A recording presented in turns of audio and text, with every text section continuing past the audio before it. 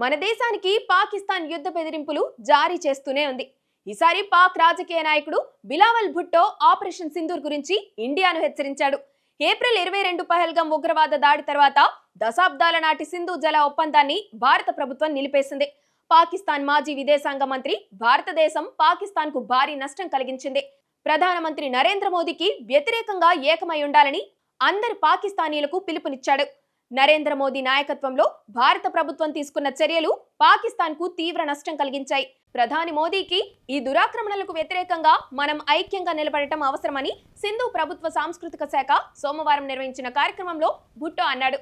సింధు జల ఒప్పందాన్ని భారత్ ఇలాగే నిలిపివేస్తే పాకిస్తాన్ యుద్ధం గురించి ఆలోచించడం తప్ప మరో మార్గం ఉండదని ఆయన హెచ్చరించారు. పాకిస్తానీలు 6 నదులను తిరిగి పొందేంత బలంగా ఉన్నారు. భారతదేశం ఈ మార్గంలో కొనసాగితే మన జాతీయ ప్రయోజనాలను కాపాడుకోవడానికి యుద్ధంతో సహా అన్ని ఎంపికలను పరిగణలోకి తీసుకోవడం తప్ప మనకు వేరే మార్గం ఉండదని ఆయన అన్నారు.